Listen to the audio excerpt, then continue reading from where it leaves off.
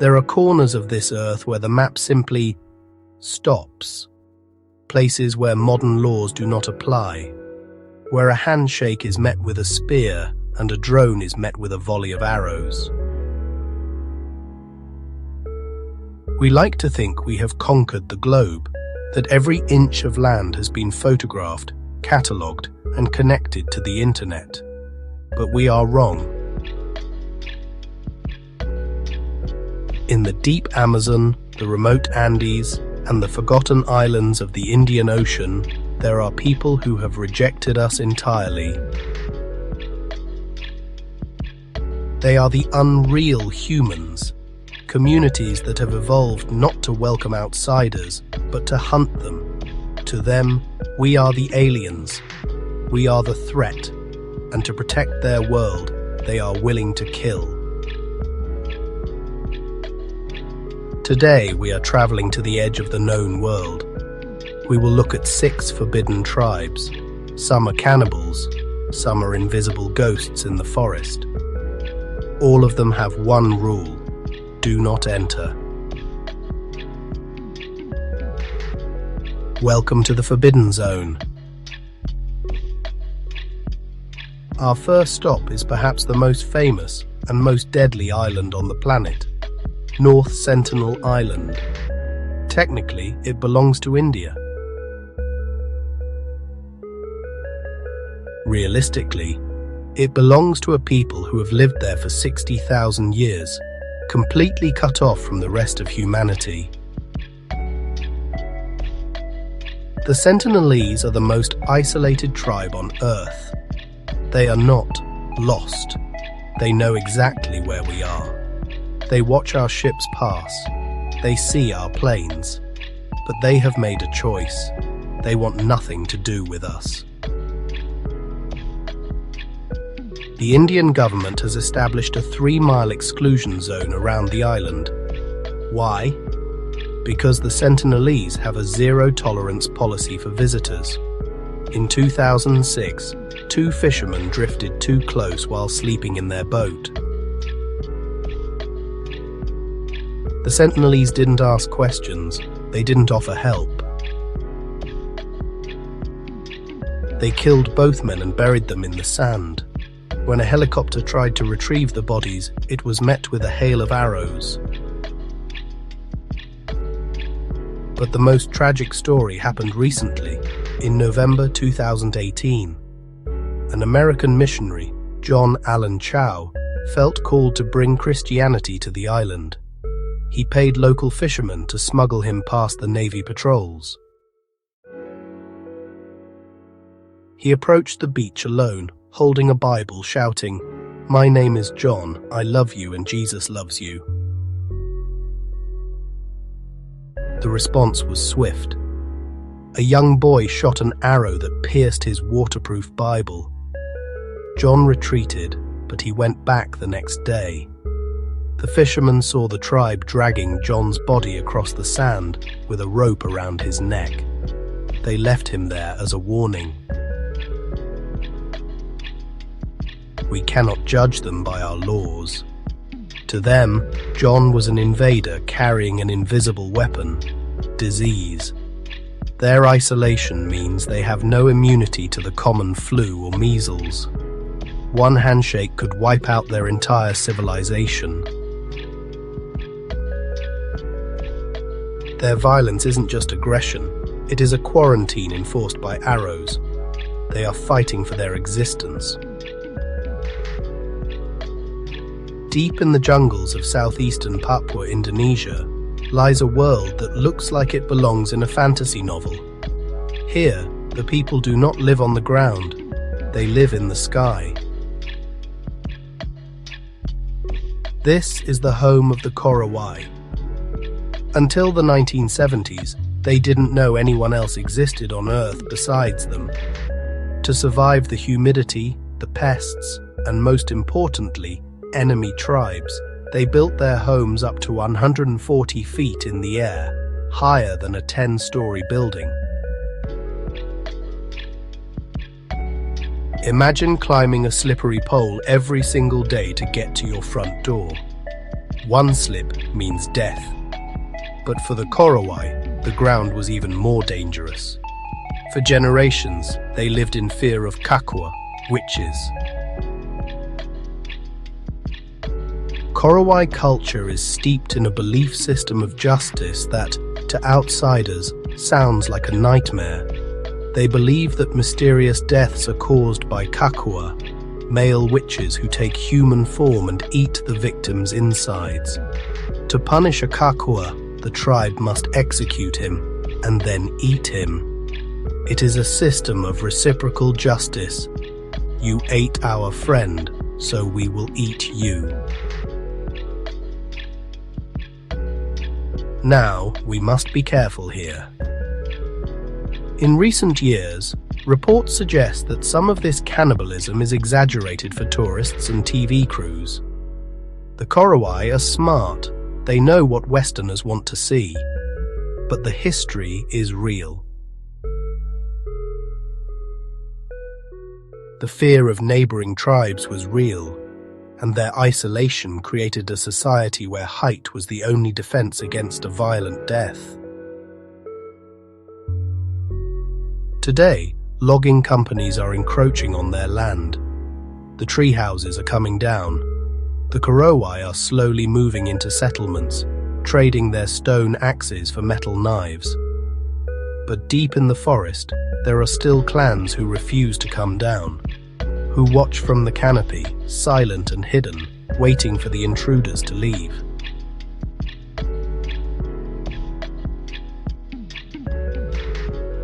While the Sentinelese attack anyone who comes close, their neighbors, the Jarawa, have suffered a different fate, a fate arguably worse than isolation. For thousands of years, the Jarawa lived peacefully in the lush rainforests of the Andaman Islands. They hunted wild pigs, gathered honey, and lived in total harmony with the ecosystem.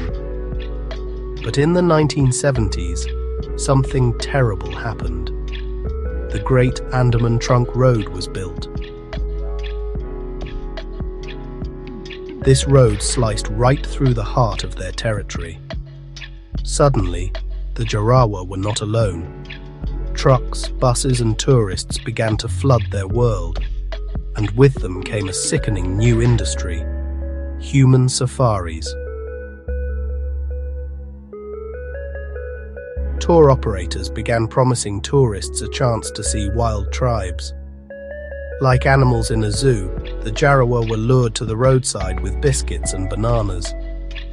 In 2012, a video leaked that shocked the world.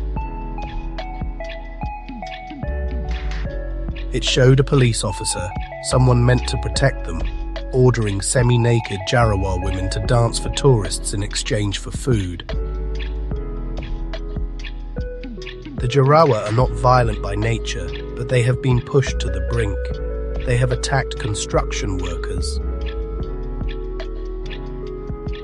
They have raided settlements, not because they are bloodthirsty, but because they are being treated like exhibits in a freak show. Disease is rampant. Alcohol and abuse have entered their communities. The Jarawa serve as a dark warning. This is what happens when the forbidden door is opened. Perhaps the Sentinelese, with their arrows and rage, are right to keep that door shut. Let's move to the Amazon, specifically the Madre de Dios region of Peru. This is a place of shadows. You can travel down the river for days and see nothing but trees, but you are being watched. This is the territory of the Mashco-Piro. They are the largest uncontacted tribe on the planet, and lately they are angry. For decades, the Mashco-Piro were ghosts. They stayed deep in the forest, running from the memory of the rubber boom, where their ancestors were enslaved and slaughtered. But now they are emerging, and they are armed. In 2014, a young man from a contacted village was killed by a Mashco-Piro arrow. In 2022, a logger was shot dead while fishing. Just recently, in mid-2024, reports surfaced of loggers being attacked again. Why is this happening? It's not because they want to conquer us. It's because they are being squeezed. Illegal loggers and drug traffickers are invading their land from one side. Oil companies are pressing from the other. The Mashco-Piro are running out of space to hide. Their violence is a desperate SOS signal. Imagine you are a logger. You are working on the riverbank. Suddenly, without a sound, a 6-foot arrow slams into the wood inches from your head. You look up, and the forest is empty. That is the terror of the Mashco-Piro. They are the masters of this jungle, and they have decided that no trespassing is a rule worth killing for. We return to Papua, but this time, we leave the swamps and climb into the mountains. The Yali Valley is steep, rugged, and unforgiving. This is the home of the Yali people. The Yali were once feared even by other Papuan tribes. They were known as the Lords of the Earth. Their reputation was built on ruthlessness. Unlike the lowland tribes who fought for resources, the Yali fought for prestige. They were headhunters. In the past, Yali warriors would raid enemy villages at dawn. They didn't just kill, they took trophies. It is said they would grind the bones of their enemies into dust and throw it into the valley to prevent their spirits from returning. The most chilling story comes from 1968. Two missionaries, Stan Dale and Phil Masters, entered the Yali territory to preach. They were warned not to go. The Yali warriors, seeing them as a threat to their spiritual world, ambushed them. Both men were shot with dozens of arrows. The tribe then performed ritualistic acts on the bodies to neutralize their power. Today, the Yali are largely Christianized. They welcome trekkers. But the older generation still remembers the days of the wars. When you hike through the Yali Valley, the guides will tell you to be respectful, because the spirit of the warrior is still there, just beneath the surface. Our final destination is the Jarawa Valley in Brazil. This is the capital of the uncontacted world. It holds more isolated tribes than anywhere else on Earth. But there is one group here that even the other tribes fear. They are known only as the Flecheiros, the arrow people. We don't even know what they call themselves. We only know them by their weapon of choice. The Flecheiros are famous for their poison. They use a neurotoxin derived from plants that can stop a human heart in minutes. And they are incredible marksmen. They don't need to get close. They can kill you from the shadows before you even hear the bowstring snap. In 2002, a famous expedition led by Sidney Posuelo ventured into their territory to monitor them from a distance. They found a village, but they didn't enter. They knew that one step too close would mean a silent, poisoned death.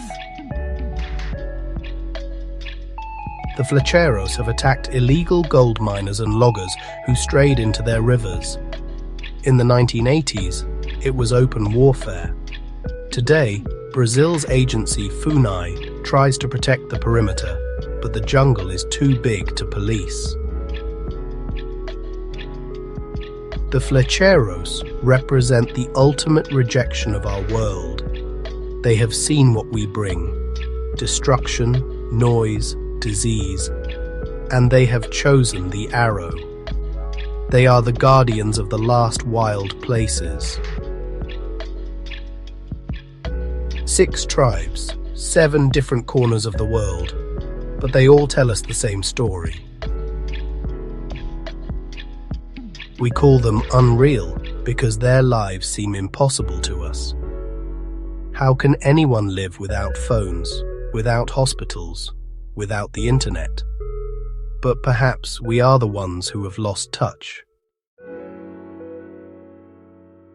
These tribes are not just surviving, they are fighting to keep their identity, fighting to protect their families from a world that wants to consume them. When we look at the Sentinelese killing a missionary, or the Mashco-Piro shooting at loggers, it is easy to call them savages. But ask yourself, if aliens landed in your backyard, started cutting down your trees, and spreading a plague that killed your children, wouldn't you pick up a weapon? Some doors are meant to stay closed, some people are meant to be left alone, and maybe, just maybe, the most respectful thing we can do for these unreal humans is to stay away. Thanks for watching. If you want to see more about the impossible lives of humans around the globe, click here to watch our episode on the Rain Tribes. And remember, explore more, worry less, but watch where you step.